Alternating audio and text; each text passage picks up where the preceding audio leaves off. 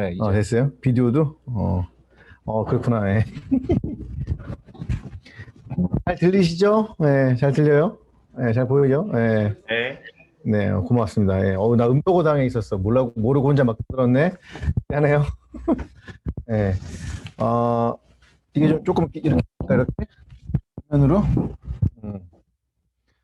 이제 우리가 하려고 하는 거는 다른 게 아니라 이 다소복이라는 걸 통해서 이제 우리 대학청년부의 리더들을 이제 길러내는 그런 하나의 과정으로 만들어진 거기 때문에 여러분뿐만 아니라 앞으로 예비 리더가 될 분들, 리더가 되실 분들을 위해서 좋은 과정이 될 줄로 믿습니다. 그리고 이걸로 여러분 또 리더들을 잘 발굴하는 건데요.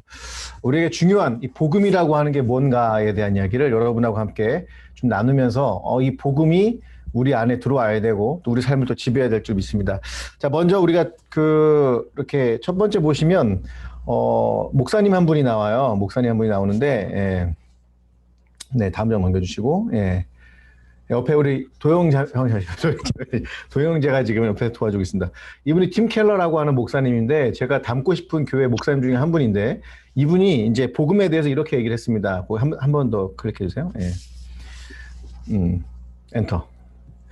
자, 한번 읽어볼까요? 시작. 복음이 단지 신앙인이 되기 위한 최소한의 교리로 여겨지는 것은 위험하다. 복음은 우리가 하는 모든 것을 하나로 묶는다. 모든 형태의 사역은 복음으로 동기부여가 되고 복음에 기초해야 하며 복음에 결과해야 한다. 이렇게 표현을 했어요. 복음이 단지 그냥 복음이 이런 거야 라고 말하는 정도에서 그치는 게 아니라 그냥 복음이 그냥 구원받는 거지 라고 하는 그거에서 그치는 게 아니라 우리 교회 전체적인 사역을 위한 기본적인 그 사역들을 묶어내고 사역을 동기부여시키고 이런 모든 기초가 되는 것에 바로 복음이라고 하는 게 담겨져 있다는 겁니다. 그래서 복음이 없이는 그게 불가능하기 때문에 이 복음을 잘 알아야 된다라는 얘기예요. 그러면 우리가 한 가지 질문할 수 있겠죠. 복음이란 무엇인가? 우리 태민 형제, 복음이란 뭐예요? 복음. 태민 형제 할렐루야. 복음이 뭡니까? 하나님의 말씀입니다. 네, 할렐루야. 넘겨주세요. 네. 우리가 복음이란 무엇인가에 대한 답을 하면 대부분은 뭐라고 하냐면 좋은 소식이요, 굿뉴스요 이렇게 얘기를 해요. 우리 말씀입니다. 우리 역시 신학을 해야 될지 모르겠는데 지금 계속 말씀으로 무장된 우리 태민 형제. 손가락질하고 난리 났습니다 지금. 복음이 무엇인가를 알아야 우리가 복음에 대한 이야기를 할 수가 있죠. 근데 우리는 복음 그러면 그냥 좋은 소식으로만 얘기를 해요. 그런데 원래 그냥 좋은 소식은 아니었고 이게 되게 중요한 의미가 있는데 첫 번째는 원래 그 옛날에 여러분 그 아테네 전쟁 같은 거 보면 그리스 이런 거 보면 전쟁하고 나와서 전령이 막 와서 그러죠. 폐하 전쟁에서 이겼습니다 라고 하면 그 전령 그 승리의 소식을 전한 사람에게 주는 상금이 복음이라는 유앙겔리온이었어요. 그러니까 기본적으로 복음 안에는 무엇인가 왕에 의해서 주어진 어떤 선물 같은 게 의미가 있겠죠. 그런데 이게 나중에 뭐로 바뀌냐면 그 승리의 소식, 승전도라고 하는 첫 번째 의미가 생겼고 두 번째 의미는 뭐냐면 새로운 황제가 태어나서 새로운 세상이 시작된다라는 걸 복음이라고 얘기했어요. 유앙겔리온이라고 했어요. 그러면 예수 그리스도의 복음 그러면 어떤 의미가 있어요? 예수님이 사망의 권세, 이제 또 저희가 이 사나토스라고 하는 사망의 권세에 대한 얘기를 또 할 때가 있겠지만 이 사망의 권세를 이기고 승리하셨다라고 하는 승리의 의미 하나, 십자가를 이겼다라고 하는 그 승리의 의미 하나랑 두 번째는 뭐가 있냐면 이제 우리가 알고 있는 왕, 나를 지배하던 이 세상의 왕이 아닌 새로운 왕이 태어나셨고 그 왕이 새로운 세상으로 우리를 인도할 거라고 하는 이 두 가지 소식. 이게 복음의 기본적인 의미예요. 그러니까 예수 그리스도의 복음 그러면 주님으로 인한 승리와 주님에 의해서 새로운 세상이 시작된다라고 하는 이 두 가지 의미가 반드시 들어있다라는 거예요. 근데 우리는 그냥 좋은 소식 그러니까 나한테 좋은 소식인 줄 알죠, 다 그냥. 그게 아니라 그리스도와 연결되어 있던 그런 의미라는 거예요. 그러면 오중복음은 뭐냐는 거예요, 오중복음. 우리는 복음에 대한 이야기만 했는데 오중복음은 무엇인가? 오중복음은 한번 읽어볼까요? 오중복음은 순복음의 신앙에 있어서 5가지 강조점을 부각시킨 것이다 하면서 김판호 교수님이라고 조직신학 교수님이 계신데 이렇게 얘기를 해서 잘 들어보세요. 오중복음은 성령 체험과 인간 실존의 상황을 예수 그리스도의 대속과 관련하여 설명한 구원의 이론적 토대이다 이렇게 했겠죠. 그러니까 오중복음은 잘 보면 성령에 대한 체험이 필요하고 그리고 우리가 살아가는 데 있어서 우리의 필요가 있어요.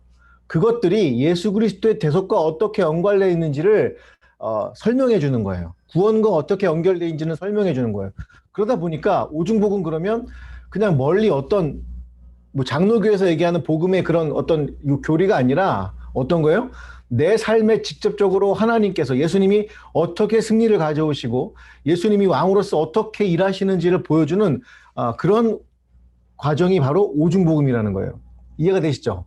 그러니까 그냥 오중복음 그러니까 이거 뭐 이상한데 그게 아니에요. 그래서 우리는 이 표현을 5가지 소중한 복음이라고 표현을 좀 바꿨어요. 표현이 좀 어려울 수 있어서 다소복이라는 거예요. 그래서 오중복음은 성령님이 우리 인간의 실존의 여러 가지 상황과 연결되어서 그리스도의 십자가와 부활이 어떻게 우리를 승리로 이끌고 새로운 시대로 이끌어가는지를 설명해주는 중요한 구원적 이론적 토대라는 거, 이게 이제 오중복음이라는 겁니다. 다음 장 넘겨주실까요? 그러면 오중복음은 어떤 특징이 있느냐? 아까 얘기했다시피 우리의 삶하고 연결돼 있어요.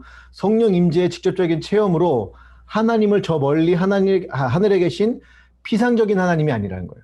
우리는 하나님 그러면 멀리 계신 하나님 생각하지만 그게 아니라 지금 여기에 삶의 자리에 임재와 능력으로서 구원과 치유를 통해 구체적으로 나타나시는 좋으신 하나님을 강조하는 복음이 바로 오중복음이에요. 왜 이런 게 튀어나왔냐면 장로교는 심판의 하나님을 강조했어요. 그래서 십자가 신학과 심판의 하나님을 강조했는데 성경을 보다 보면 십자가만 있는 게 아니라 나를 치유하시는 하나님도 있고 저주로부터 속량하시는 것도 있는데 장로교는 과거에 그걸 안 했던 거예요. 그거를 이제 원로 목사님이 우리가 발견한 원로 목사님은 이제 병을 치유받았으니까 자신의 삶에서 드러났던 하나님은 좋으신 하나님이었다. 이거를 설명하면서 나왔던 복음이 바로 오중복음이고 이거는 멀리 계신 하나님이 아니라 지금 여기서 이 삶의 자리에서 임재와 능력으로 일하시는 하나님에 대한 설명이라는 거예요. 네. 그래서 이 부분이 오중복음에 있는 가장 매력적이라는 거죠. 그러면 이 오중복음은 어떻게 이루어졌고 어떠한 그런 틀을 갖고 있느냐? 다음 장 넘겨주세요. 오늘 좀 빨리 할 수밖에 없는 게 제가 지금 되게 분량이 많아서 좀 이해를 해주시고요. 구원의 서정으로서의 오중복음 이렇게 표현되어 있죠. 그러니까 구원도 우리는 구원이 점 포인트 같지만 포인트가 아니라 하나의 과정이에요. 하나의 과정을 이루어가는 거, 그 과정을 가다 보면 넘어질 때도 있어요. 우리가 뭐 성령 충만 늘 한 거 아니잖아요. 여러분 보시기에 제가 늘 성령 충만해 보여요? 이렇게 피곤해 쪄들어 있는 얼굴. 이거 아니잖아. 그죠? 어떨 때는 이게 피곤해 쪄들어 있을 때도 있고, 어떨 때는 이렇게 충만해질 때도 있고, 뭐 그런 게 있는 거예요. 서정, 과정이라는 거예요. 이게 딱 보면은 중생의 복음, 성령 충만의 복음, 축복의 복음, 신유의 복음, 재림의 복음이 있는데, 중생의 복음은 여러분에게서 과거의 사건이죠. 그리고 우리는 이걸 칭의라고 하는 신학적 용어를 써요. 근데 성령 충만의 복음과 축복의 복음과 신유의 복음은 현재적인 것이고, 이거를 우리가 흔히 말할 때 성화라고 표현을 해요. 그리고 세 번째는 미래, 즉 재림의 복음은 미래에 있을 일이고 이것을 영화라고 표현해요. 그래서 오중복음은 이렇게 5가지지만 과거, 현재, 미래, 칭의, 성화, 영화라고 하는 구원의 서정의 툴을 따르고 있는 거예요. 그러니까 외우기 되게 쉽죠. 우리가 구원받는다, 중생의 복음. 그리고 그 구원받은 사람이 받는 성령 침례, 성령 충만의 복음. 그리고 그 사람이 이 세상에서 겪게 될 어떤 재정적인 축복의 복음, 그다음에 신유의 복음, 그다음에 다시 오실 예수님을 기대하는 재림의 복음. 이렇게 5개의 서정으로 구원의 과정으로 연결되어 있다라는 거. 그러니까 여러분이 누구에게도 이렇게 설명하시면 돼요. 그냥 오중복음이라는 건 이런 거야. 라고 설명을 하시면 되게 좋을 것 같습니다. 다음 장 넘겨주시고요. 이제부터 본격적으로 여러분과 함께 다시 듣는 오중복음에 대한 이야기를 함께 좀 나누려고 합니다. 다음 장 넘겨주시면 마음 열기가 나오는데 다음 장 넘겨주세요. 예.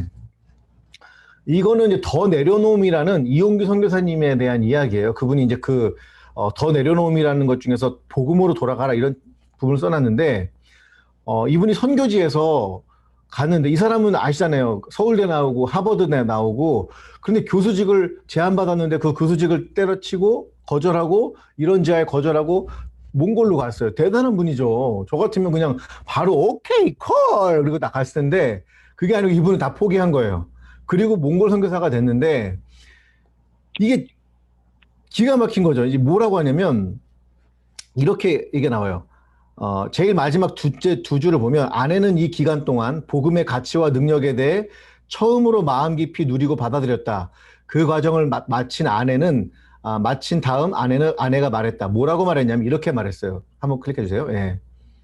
요거 한번 읽어볼게요. 시작. 선교사가 복음이 없어서 죽어가는 것이 어떤 것인지 경험했어요. 여러분, 이분은 모든 걸 포기하고 갈 정도로 복음에 헌신되어 있는 사람이라고 생각을 하지만 선교사조차도 복음이 없어서 죽어가는 경험을 했다는 거예요. 그러면 여러분, 여러분은 어떨까요? 여러분은 지금 순복음 안에 있어서 다 복음이 돼 있는 것 같지만 복음이 없어서 지금 교회를 떠나는 친구도 있고 복음이 없어서 신앙생활에서 절망하는 친구들도 있고 복음이 없는데도 불구하고 봉사할 수도 있어요. 우리는 이 복음 있는 삶, 내 삶과 복음이 연결되고 멀리 계신 하나님이 아니라 내 삶에서 일하시는 그 하나님을 경험하는 이런 능력들이, 이런 가치들이 우리가 서로 공유돼야 되고 이야기가 돼야 될 줄로 믿습니다. 자, 그러면 넘어가서 우리 질문을 하나씩 보면서 이제 이야기를 할게요. 첫 번째 제목을 보니까 다른 복음에서 바른 복음으로라는 제목을 제가 붙였어요. 갈라디아서는 이 복음에 대한 굉장히 큰 논쟁이 있는 곳인데 갈라디아에서 말하는 다른 복음이 가져오는 결과는 무엇입니까? 라는 표현했어요. 여러분, 다른 복음이 뭘까요? 다른 복음. 성경을 한번 읽어볼게요. 넘겨주세요. 네, 클릭. 다른 복음은 없나니 다만 어떤 사람들이 너희를 교란하여 그리스도의 복음을 변하게 하려 함이라.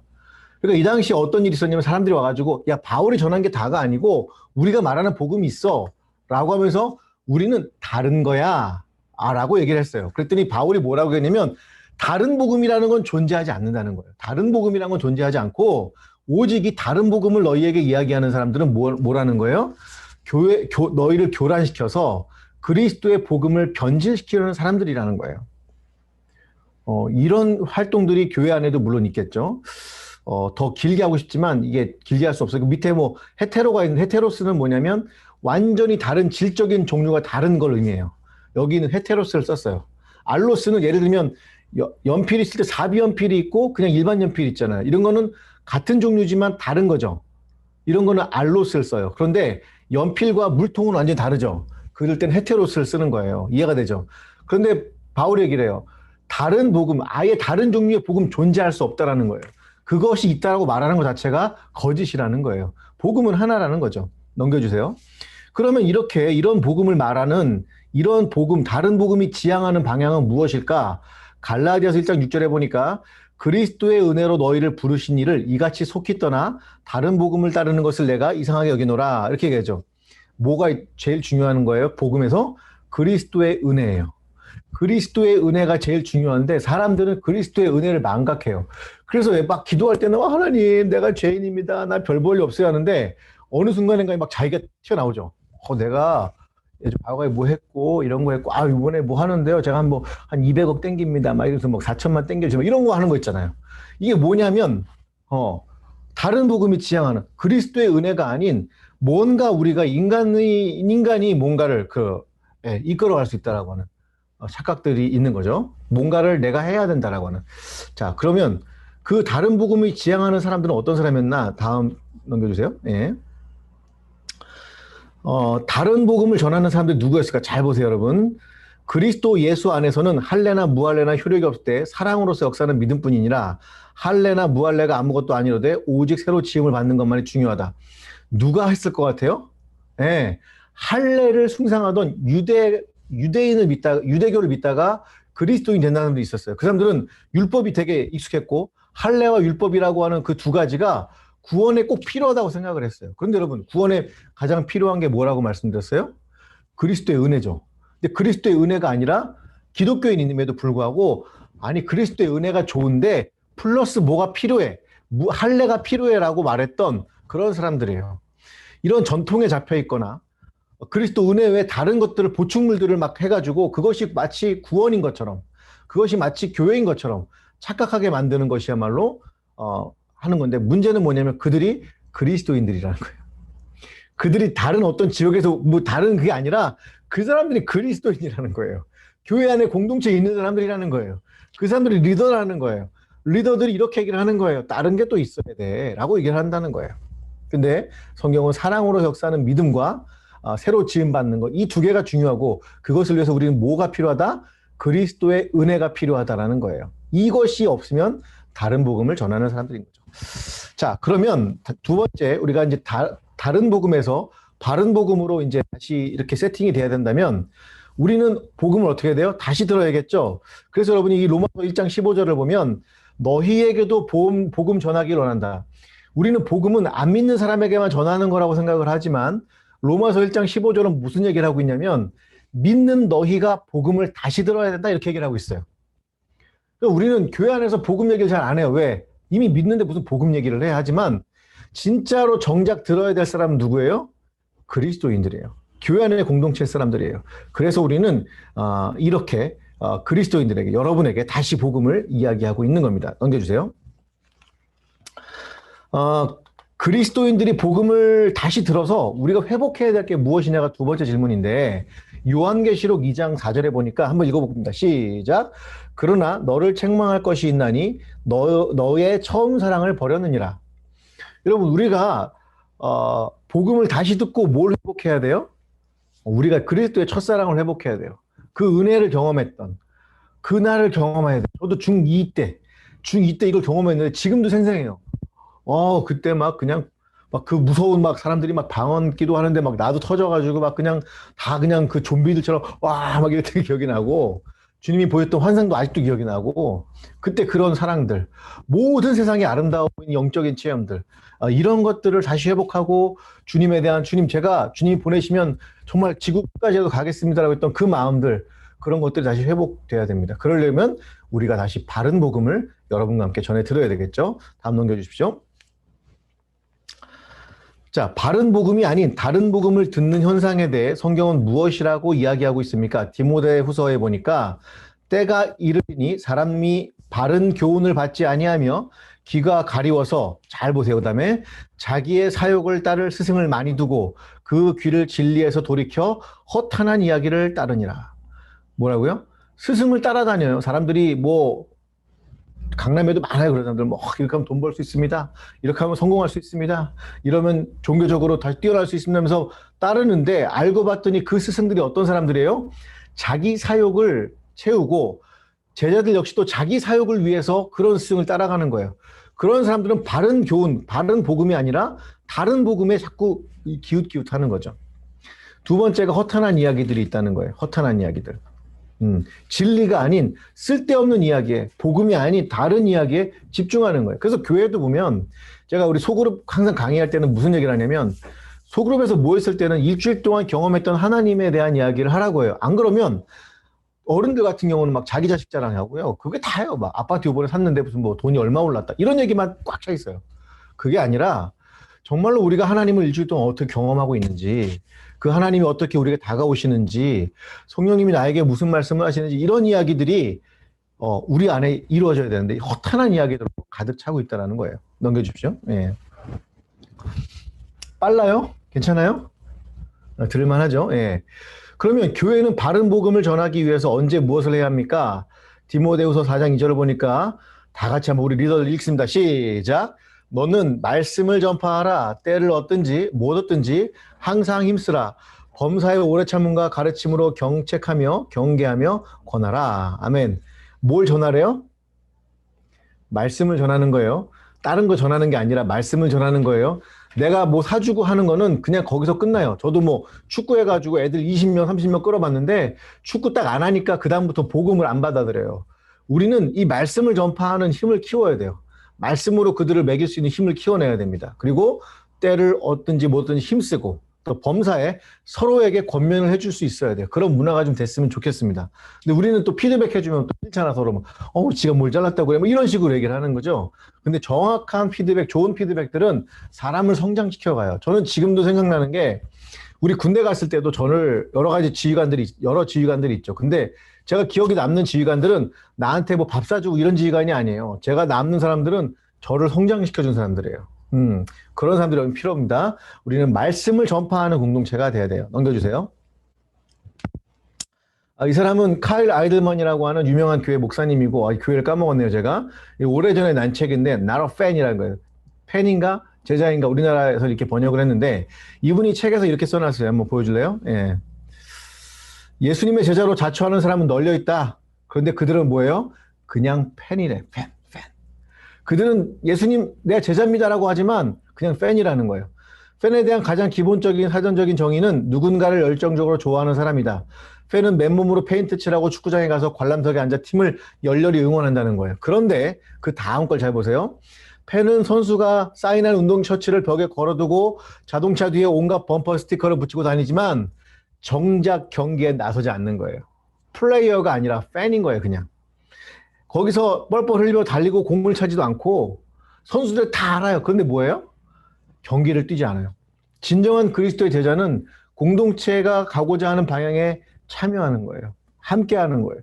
그 플레이어에 나서는 거예요. 그러지 않으면 그는 제자가 아니라 뭐라고요?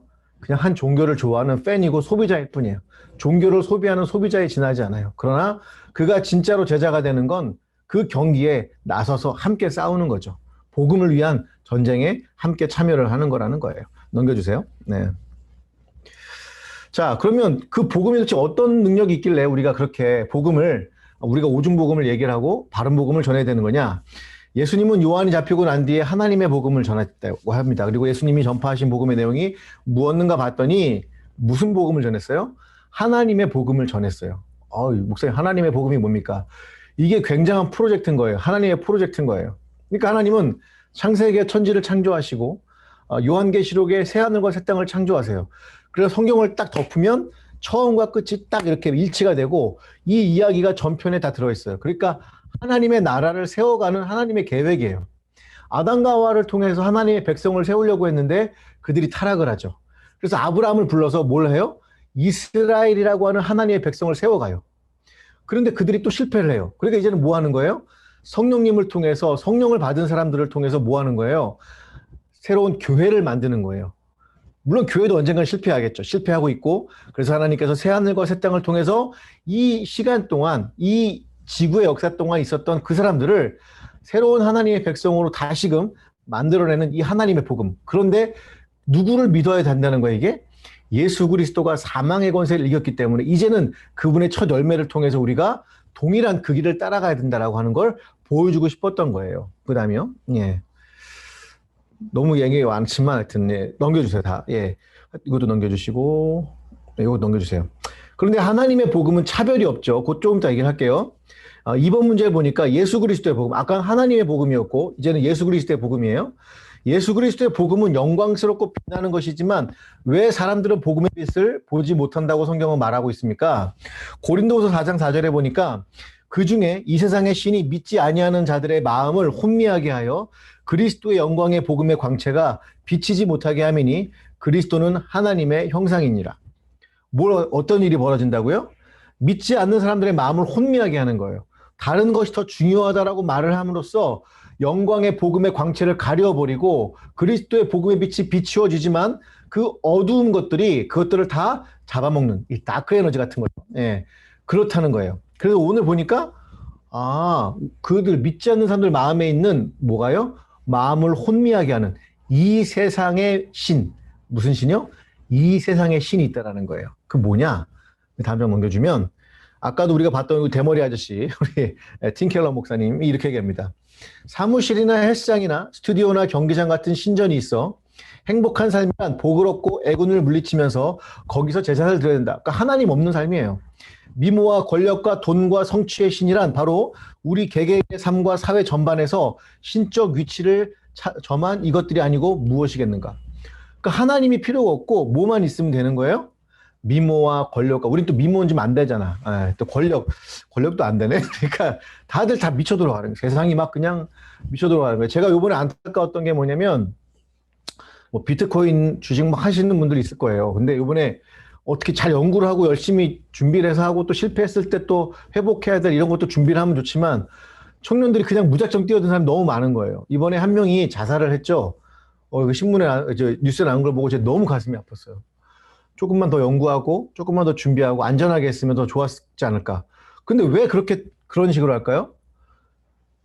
하나님 안 보이거든요. 그냥 돈만 보이는 거예요. 그 사람이 잘못해서가 아니라 세상이 사람을 이렇게 만들어가요. 그러면 거기 마음을 다 뺏겨버리는 거예요. 이게 바로 이 세상의 신이라는 거예요. 만들어진 신, 거짓 신, 위선적인 신이라는 거죠. 우리는 이것들을 제거해내는 그리스도 복음의 광채를 사람들의 마음에 비추는 공동체가 돼야 돼요. 그래서 제가 항상 얘기하지만 우리는 유람선이 아니라 구조선이 돼야 되고 구조선을 넘어서 이제 쇄빙선, 즉 얼음을 깨는 남극과 북극에서 얼음을 깨는 그런 배가 돼야 됩니다. 넘겨주세요. 자, 세 번째 보니까 성경은 그리스도인들에게는 어떤 의무가 주어져 있다고 말씀합니까? 봤더니 어떤 의무가 있나 봤더니 로마서에 진짜 재밌는 얘기가 나오는데 이 은혜는 곧 나로 이방인을 위하여 믿지 않는 사람들이죠. 그리스도 예수의 일꾼이 되는데 뭐 하나 봤더니 하나님의 복음의 제사장 직분을 하게 하사.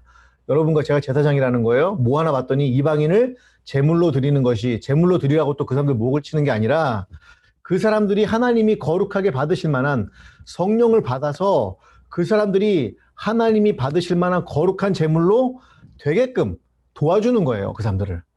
제사장으로서. 그냥 야!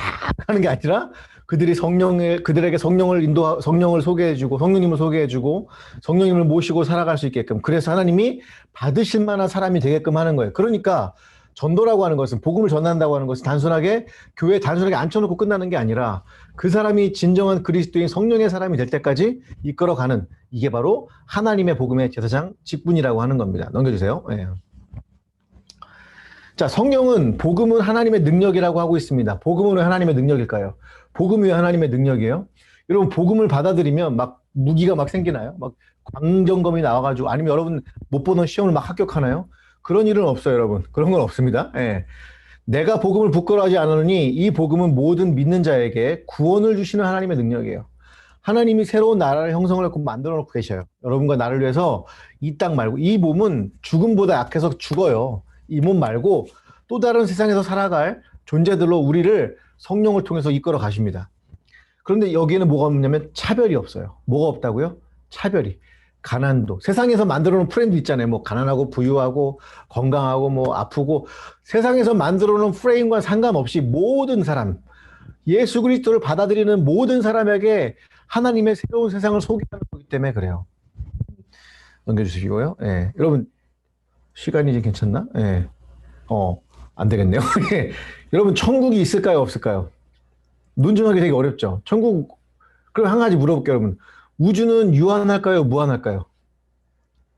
우주는 138억 광년짜리 유한한 우주예요. 그러니까 우리가 보기엔 무한하지만 우주는 분명히 물질로 구성되어 있는 138억짜리 광년의 어떤 공같이 생긴 거예요. 그럼 여러분 한번 물어볼게요. 그 공 밖에, 우주 밖에는 뭐가 있을까요? 우주 밖에는 아무도 몰라요. 그런데 과학자들은 얘기를 합니다. 천국 없어! 이렇게 얘기를 해요. 그리고서 자기들이 만들어요. 우주 밖에 또 다른 우주가 있을 거야. 우주 밖에 또 다른 차원의 우주가 있을 거야 하면서 자기들은 또 다른 세상과 또 다른 나라를 만들어가요. 그런데 천국 얘기는 못하게 해요. 저는 이거는 정말 아닌 것 같아요. 그래서 여러분, 천국은 분명 제가 보기에 우주를 뛰어넘는, 이 우리가 물질 세계로 구성된 이걸 뛰어넘는 어떤 새로운 세상인 것 같고, 저는 우주 밖에 혹시 그런 게 있지 않을까라고 하는 저만의 내피셜리즘이 있습니다. 5번째 보니까 복음이 전파되기 위해서 가장 중요한 능력은 무엇입니까? 라고 했는데, 거기 보니까 무슨 능력이 나와요? 성령의 능력이 나와요. 그래서 여러분, 성령님과 동행하는 게 중요하고, 그러려면 여러분이 말씀을 가지고 있어야 되고, 그 마음이 뜨거워져야 돼요. 말씀으로 항상 수용이 돼야 되고, 그걸로 기준이 돼야 되고, 이런 것들이 지속돼야 된다는 겁니다. 자, 넘겨주시고요. 그러면 이제 우리가 복음이 전파되면 어떤 일이 일어날까? 여기 보니까 가난한 자에게 복음을, 이게 예수님께서 취임 설교라고 해가지고 예수님이 취임하시면서 거기 있는 사람들한테 설명을 합니다. 나는 이런 일을 할 거야. 메시아로서. 뭘 하나 봤더니 가난한 자에게 복음을 전하게 하시고, 포로된 자를 자유하게 하시고, 눈먼 자를 다시 보게 하며 눌린 자를 자유롭게 하고 주의 은혜를 전파하게 하려 하심이라. 예수 그리스도를 통한 새로운 세상이 어떨 거라고 하는 것들을 이 땅에서 보여주는 거예요. 그래서 우리가 기도하면서 치유도 하는 거예요. 왜? 앞으로 있을 하나님의 나라는 그런 병과는 상관없는 곳이라는 걸. 우리는 가끔 축복도 얘기를 해요. 왜? 재정적인 어려움이 없는 그 세상, 빚이 없는 그 세상 만들어 나가야 돼요. 사실 여기 지금 포로된 이유도 뭐냐면 빚 때문에 포로가 된 거거든요. 전쟁 포로가 아니에요. 네.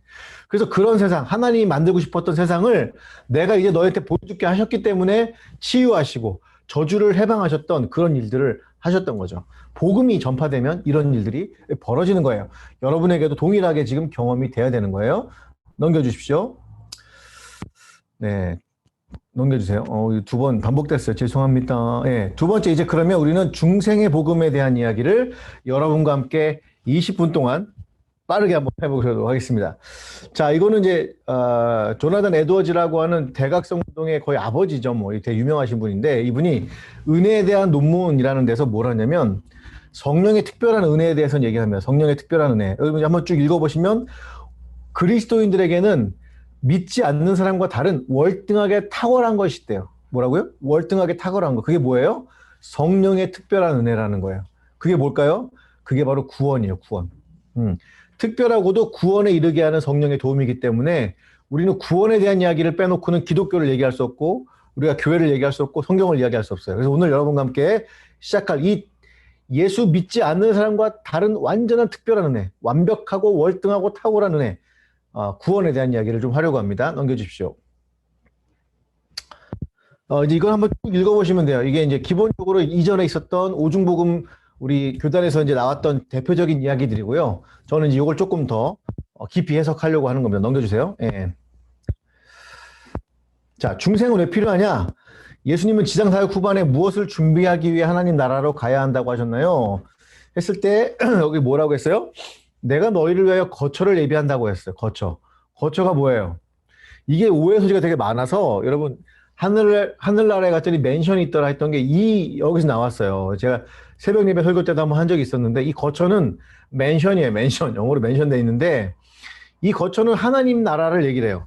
그러니까 우리가 알고 있는 이 땅에 있는 어떤 하나님의 영향력이 아니라 우리가 죽은 후 혹은 재림했을 때 가게 될 하나님의 나라에 대한 이야기예요.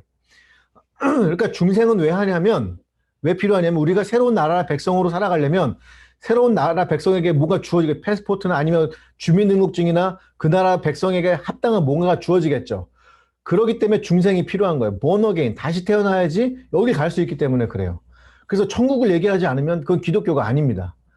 하나님이 나라를 말하지 않으면 그건 기독교가 아니에요. 천국이 너무 이상하게 많이 쓰여가지고 좀 안타깝긴 하지만 여러분과 제가 함께할 거처가 지금 마련되고 있다는 거 기억해 주십시오. 넘겨주세요. 예수님이 준비하실 거처에 대해서 요한계시록은 뭐라고 얘기하냐면 새하늘과 새 땅, 또 새하늘과 새 땅 이렇게 얘기를 해요. 이게 한문으로 하면 뭐예요? 신천지. 그래가지고 이 신천지 애들이 자기들이라고 거기 과천에 있다고 말하는 정말 말도 안 되는 정말. 여러분 이 하나님의 새하늘과 새 땅은 이전에 없었던 거예요. 시멘트로 만든 게 아니에요.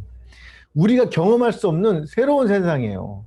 우리가 영의 몸으로밖에 갈 수 없는 그런 세상이고 부활의 몸, 부활체를 아니고는 갈 수 없는 그런 새로운 세상에 대한 이야기인데 신천지 과천에 있다고 말하는데 그걸 믿는 놈들은 다 어떻게 해야 돼요? 죄송합니다. 나 답답해 죽겠어. 이런 거 보면은. 예, 그래서 여러분 이단에 대해서 주의하셔야 됩니다. 이런 거 넘겨주시고요. 3번 아마 여러분 교재가 좀 질문이 반복돼 있을 것 같은데 죄송하고 3번 질문은 원래 이겁니다. 새로운 비전의 하나님 나라에 들어갈 수 없는 조건들. 새로운 비전의 하나님의 나라. 그러니까 그전에 있었던 이 땅에서 이루어졌던 이스라엘 말고 이 땅의 모든 게 끝나고 들어갈 하나님의 새로운 나라에 대한 조건이 있어요. 그게 뭐냐 봤더니 무엇이든지 속된 것이나 가증한 일 또는 거짓말하는 자는 결코 그리로 들어가지 못한대요. 여기 속된 것이라는 건 뭐냐면 영어로 common이에요. 그냥 일반적인 거예요. 라는 얘기예요. 그러니까 더러운 일 한 게 아니에요. 더러운 게 아니라 그냥 예수님 없이 살아가는 삶을 얘기를 하는 거예요. 착하게 살아야지. 나는 착하게 살았어. 그게 아니에요. 예수님 없는 삶. 아주 일반적인 삶을 얘기를 하는 겁니다. 그것이 하나님 나 들어갈 수가 없대요. 예. 넘겨주십시오. 생명책에 어떻게 기록됐느냐? 예. 자, 왜 모든 인간이 속되고 부정한 죄의 상태에 놓여야 됐을까? 여러분 잘 아시는 거죠? 그러나 아담으로부터 모세까지 아담의 범죄와 같은 죄를 짓지 않은. 뭐예요? 아담의 범죄로 인해서 사망이 왕노릇하는 세상이 온 거예요.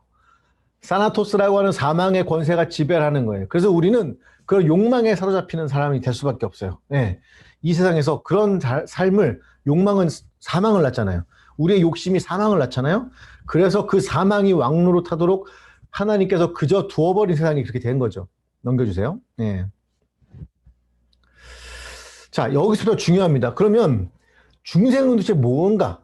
번어게인 한다는 건 뭔가? 다시 태어난다는 건 뭔가? 예수님과 니고데모가 대화를 하며 니고데모가 거듭나다는 말의 의미를 잘못 알아듣습니다. 거듭나다, 중생하다는 다시 나다라는 의미와 함께 어떤 의미가 있나요?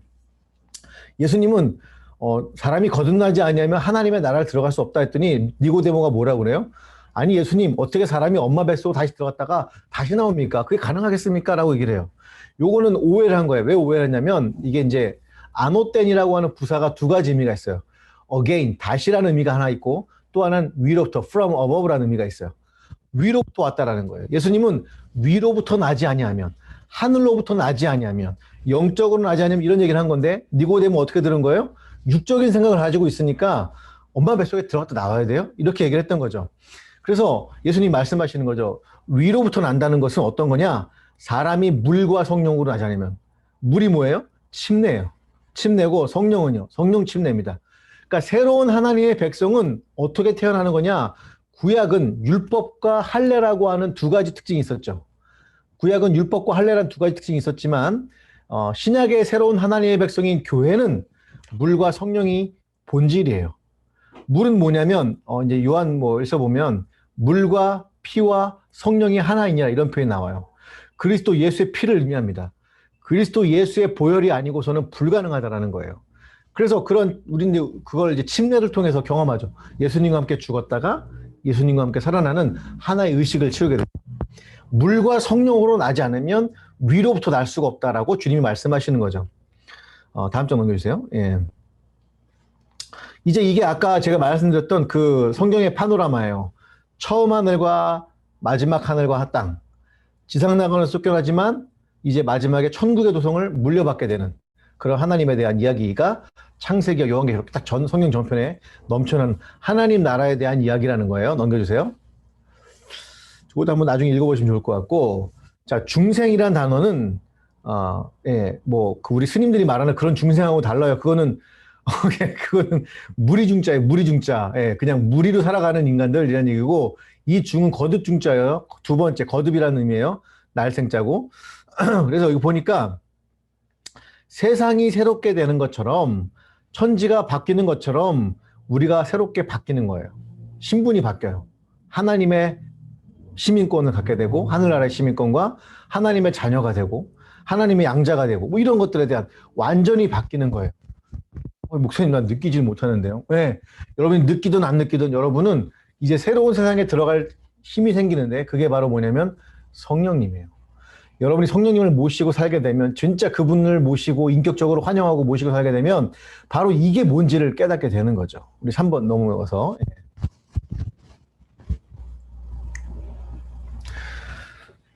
자, 새롭게 난다는 것은 무엇과 같다고 했냐? 여러분, 요한복음 3장 6절에 보니까 육으로 난 것은 육이요, 영으로 난 것은 영이니. 위로부터 나다라고 하는 또 다른 의미는 뭐예요? 영으로 난다는 거예요. 영으로 나는 게 뭐예요, 여러분? 성령을 통해서 거듭나는 거죠. 그런데 성령을 통해서 나왔던 첫 번째 사람이 있어요. 누구예요? 예수님이에요. 그래서 예수님을 첫 열매라고 하는 거예요. 예수님이 성령으로 태어나셨기 때문에 우리 그리스도인들은 뭘로 태어나야 되는 존재예요? 성령으로 태어나야 되는 존재고, 예수 그리스도의 복음이기 때문에 예수 그리스도의 피로 우리는 아까 했던 물과 성령, 그리스도의 보혈과 성령이라고 하는 이 중요한 키워드가 우리가 영적으로 다시 태어나는 가장 중요한 본질이에요. 그래서 우리는 성령을 가르쳐야 되고 예수님을 가르쳐야 될 수밖에 없는 게, 이게 한 사람을 새롭게 나는 born again 하는 중요한 요소기 때문에 그래요. 근데 우리 이런 거 잘 얘기 안 하죠. 영으로 난다고 해서 막 내가 뭐가 보여, 그러는 게 아니에요. 그런 게 아니고 성령님을 모시고 살아가는 존재가 되는 거예요. 예. 그분이 나에게 말씀하시는 걸 듣게 되고 나를 인도하시는 걸 경험하게 되는 거죠. 다음 장 넘겨주세요. 예.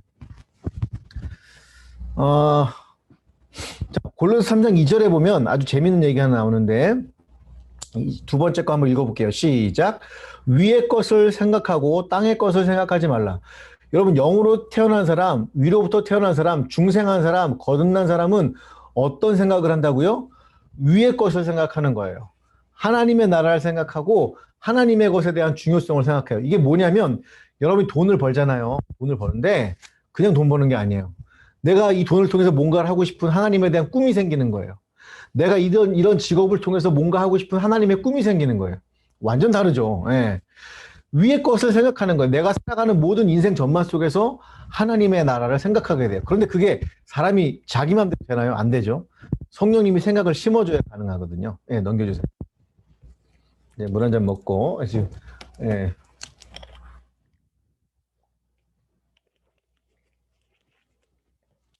자, 아까도 했던 얘기지만 반복이지만, 사람이 육으로 태어나는 것과 영으로 태어나는 것이 있다면, 육으로 태어난 것은 엄마가 낳게 해주는 거예요. 여러분, 어머니한테 감사해야 돼요. 5월 8일 얼마 안 남았는데 다 연락처를 잘하고 있죠. 나도 연락 못했네 또. 하여튼 이렇게 육으로 태어나는 것도 감사한데, 영으로 태어나는 것이 있어요. 이거는 밑에 보니까 성령으로 난 사람. 여러분과 나는 서로 어떤 사람들이에요? 따라합니다. 성령으로 난 사람. 시작. 성령으로 난 사람이에요. 아까 얘기했지만 첫 열매는 예수님이었고 우리는 그래서 성령으로 거듭나야 돼요. 그렇다면 여러분 이 구원의 여정에서 가장 중요한 분이 누구라는 걸 알 수 있어요? 성령님이라는 걸 알 수 있죠. 그럼 여러분 성령 받아야만 구원받아요? 안 받아도 구원받아요? 성령을 받아야만 구원받은 거예요. 그게 표시예요. 새로운 신약의 백성들은 이제 할례가 아니에요. 성령에 의한 침례가 있어야 돼요. 그 사람이 하나님의 새로운 백성으로 편입되는 거예요. 아셨죠? 그래서 여러분과 나는 성령으로 난 사람이라는 거예요. 그리고는 구원받은 사람, 중생받은 한 사람이라고 똑같은 의미가 되는 거죠. 넘겨주세요. 예. 그럼 우리 중생을 어떻게 해야 되냐? 예, 중생의 방법은 무엇이냐? 여러분 보세요. 이게 예스겔 예언자가 이런 예언을 했어요. 맑은 물을 너희에게 뿌려서 너희로 정결하게 하되 너희 모든 더러운 것에서와 모든 우상 숭배에 너희를 정결하게 할 것이며 또 새 영을 너희 속에 두고 새 마음을 너희에게 주되 너희 육신에서 굳은 마음을 제거하고 부드러운 마음을 줄 것이며 또 내 영을 너희 속에 두어 너희로 내 율례를 행하게 하리니 내가 내 규례를 지켜 행할지니라. 이렇게 나왔어요. 여러분 이 에스겔서에 두 가지가 예언되어 있죠. 뭐가 있어요? 맑은 물을 우리에게 뿌린대요. 그리고 새로운 영을 넣는데 그 영이 무슨 영이에요? 여기 보니까 하나님의 영을 우리에게 준다는 거예요. 원래 구약은 아주 특별한 사람들에게만 하나님의 영이 임했어요. 예를 들면 사사들에게 혹은 선지자들에게, 예언자들에게 혹은 뭐 사울왕에게, 예언자들에게 아주 특별한 어떤 사람들에게만 성령이 임했는데 이제 여러분 아시다시피 이 모든 하나님의 백성 가운데 뭘 주신다는 거예요? 물을 뿌려주고 마음에 뿌려주는 거예요. 마음에 뿌려주고 새로운 영을 부어준다는 거예요. 이게 에스겔서의 예언입니다. 그럼 어떻게 이루어졌느냐? 넘겨주세요. 그게 왜 그러냐면 여러분 그 구약의 백성들이 율법을 지키는 걸 실패할 수밖에 없어요. 그 율법은 내 몸 밖에 있는 거잖아요. 그러니까 하나님 이제는 그 율법을 내 안에 넣어주시겠다라는 거예요. 네, 그걸 좀 이따 또 설명을 할 거예요. 그럼 예수님은 중생의 방법이 무엇이라고 하셨나요? 역시 아까 우리 3장 5절에서 봤죠. 요한복음. 물과 성령으로 나야 된다. 그렇게 얘기를 했습니다. 자, 예스겔의 예언이 거기서 끝났던 것이 아니라 계속 이어져서 예수님은 그 예언을 받아서 뭐라고 말씀하세요? 맑은 물과 성령에 대한 하나님의 영에 대한 이야기를 하죠. 그래야만 하나님 나라를 들어갈 수 있대요. 넘겨주세요. 자, 여기 보니까 중생의 씻음을 통해 정결하게 된다는 의미는 무엇입니까? 여러분이 침례탕에 들어가서 침례를 받으면 몸이 깨끗해져요? 물이 별로 안 깨끗해요, 여러분. 이렇게 오늘 말씀을 드리는데 여러 명이 들어가기 때문에 나중에 막 떼국물도 막 하고 그래요. 계속 걷어내기도 하는데. 그런데 보세요. 우리 마음에 뿌림을 받아라고 하는 표현이 있잖아요. 그거를 세 번역으로 히브리서 10장 22절에 있는 요 표현을 세 번역으로 보면 이렇게 돼 있어요. 보세요. 우리가 마음에 뿌림을 받았다고 표현되어 있지만 우리는 마음에다 예수의 피를 뿌렸다. 히브리서의 원래 표현이 이거예요. 예수의 피가 뿌렸다라는 거예요. 우리 마음에. 우리가 아까 물을 뿌렸다고 했잖아요. 그 물을 뿌렸다라고 하는 그 뿌리다는 표현, 우리가 밥티조라고 하는 새 침례의 표현에도 밥토라고 하는 뿌리다는 게 있어요. 그게 피를 뿌리다는 의미가 있거든요. 그러면 이렇게 우리가 침례를 받을 때는 어떤 일이 벌어지는 거예요?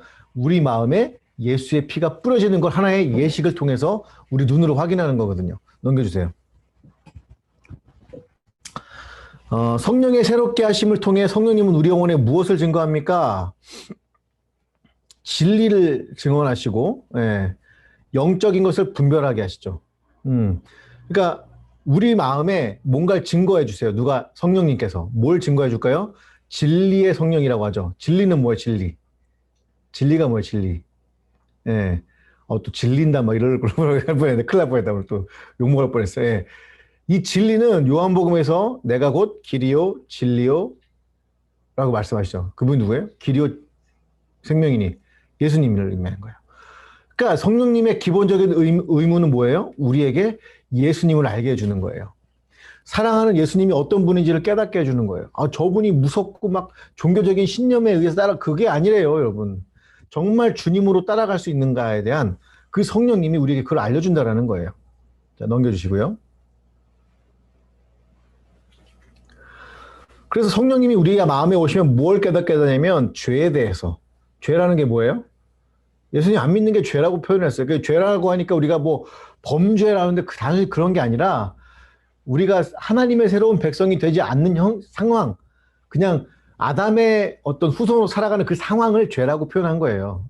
그 죄에 대해서, 의에 대해서, 심판에 대해서, 모든 세상이 끝날 거라는 것에 대한 하나님의 이야기들을 깨닫게 해줘요. 종말에 대한 깨달음이 있게 되는 거죠. 예수님에 대한 깨달음이 있게 되고, 이 두 번째 의가 하나님에 대한 순종을 의미하거든요. 그래서 하나님에 대한 순종도 깨닫게 해주십니다. 넘겨주세요. 예. 자, 그러면 물과 성령으로 중생받기 위해서 우리가 해야 될 일이 있어요. 우리가 할 일이 예수의 피밖에 없지만 그 피로 인해서 해야 될 일인데 이게 바로 이 두 가지인데 한번 읽어볼게요. 시작. 베드로가 이르되 너희가 회개하여 각각 예수 그리스도의 이름으로 침례를 받고 죄사함을 받으라. 그리하면 성령의 선물을 받으리니. 뭘 해요? 회개해야 된대요. 우리 마음에 예수 그리스도의 이름으로 침례를 받기 전에 우리가 뭐 해야 돼요? 회개해야 돼요. 우리 마음 깊은 곳에 있었던 죄성들을 다 끄집어내서 이제 빠이빠이 시켜야 돼요. 내 안에 있던 자책감, 죄책감, 어떤 그런 분노, 억울함, 내가 어릴 때부터 겪어왔던 그 모든 것과 빠이빠이 해야 돼요. 빠이빠이 하고 나는 이제 새로운 하나님의 사람으로 살아갈 거야 라고 해야 돼요. 그게 바로 회개의 시작입니다. 그들이 서로 밑에 보니까 우리에게 말씀하시고, 이게 이제 그 엠마오로 가는 제자들에 대한 이야기인데, 우리에게 성경을 풀어주실 때 우리 속에서 마음이 뜨겁지 아니하냐. 이 위에는 그냥 회개만 있지만 밑에는 뭐가 있어요? 말씀을 풀어주는 게 있죠.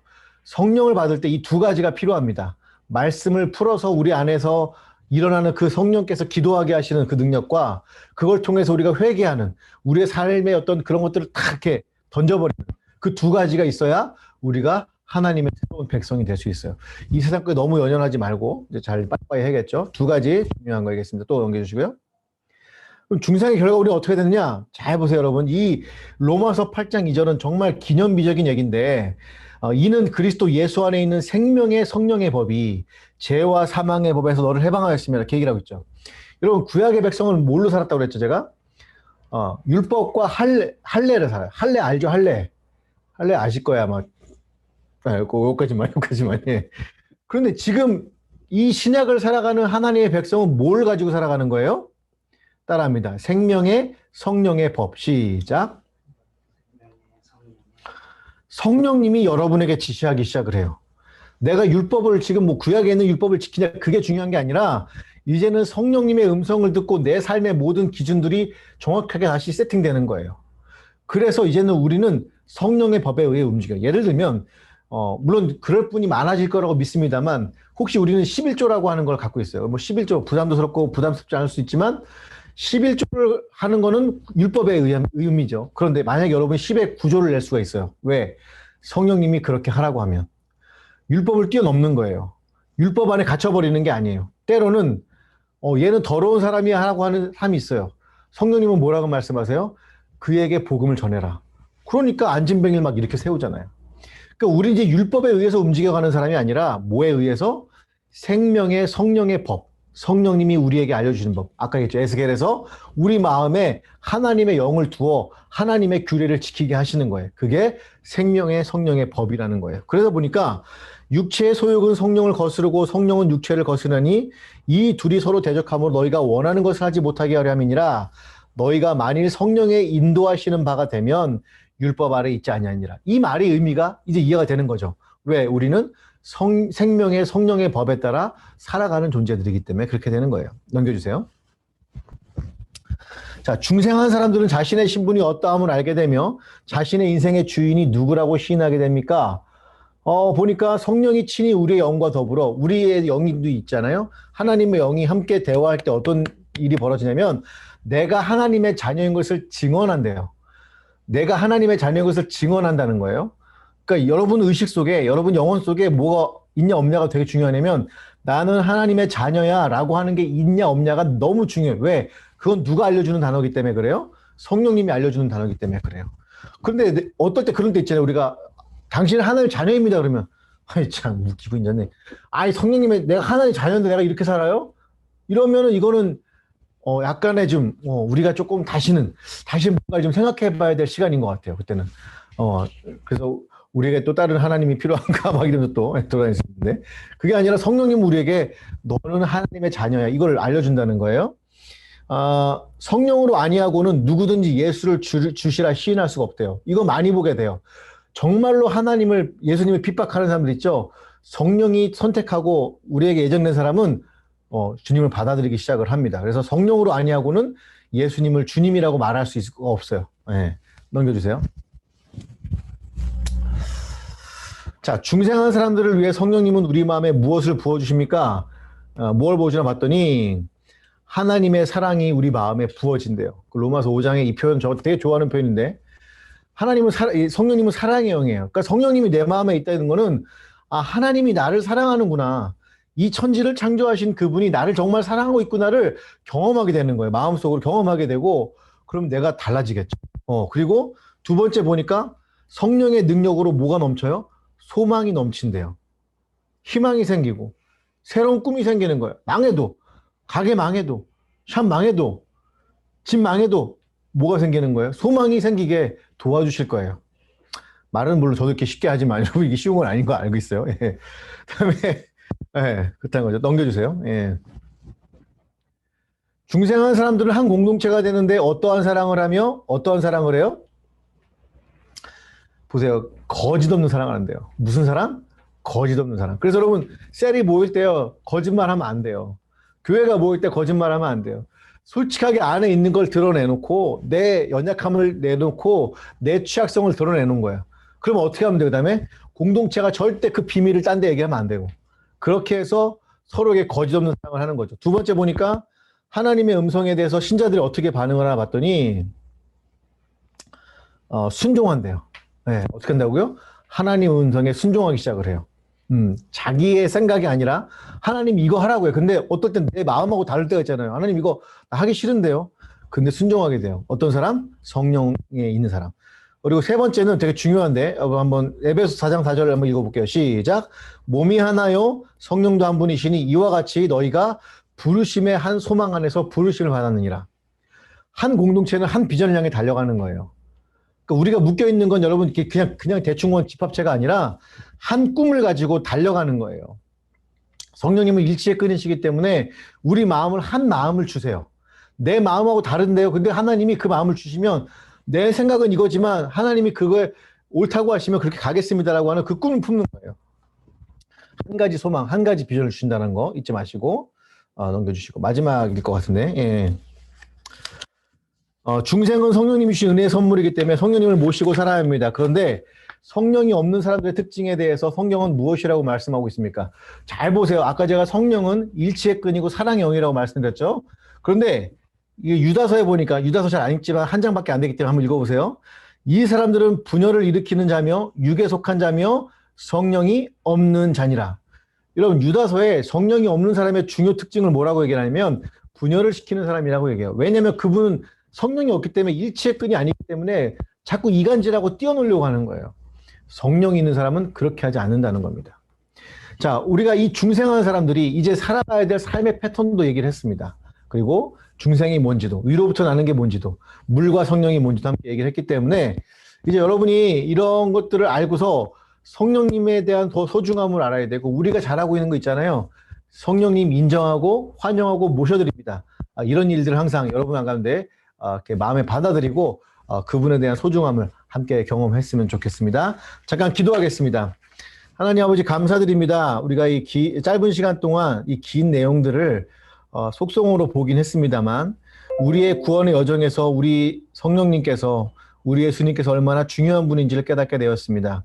다시 한번 우리 마음 가운데 하나님의 법들을 알려주옵시고 생명의 성령의 법이 우리 삶을 주관하게 하시며 우리가 분열하며 갈라지게 하는 것이 아니라 일치시키며 하나가 될 수 있도록 우리 공동체를 이끌어 주시옵소서.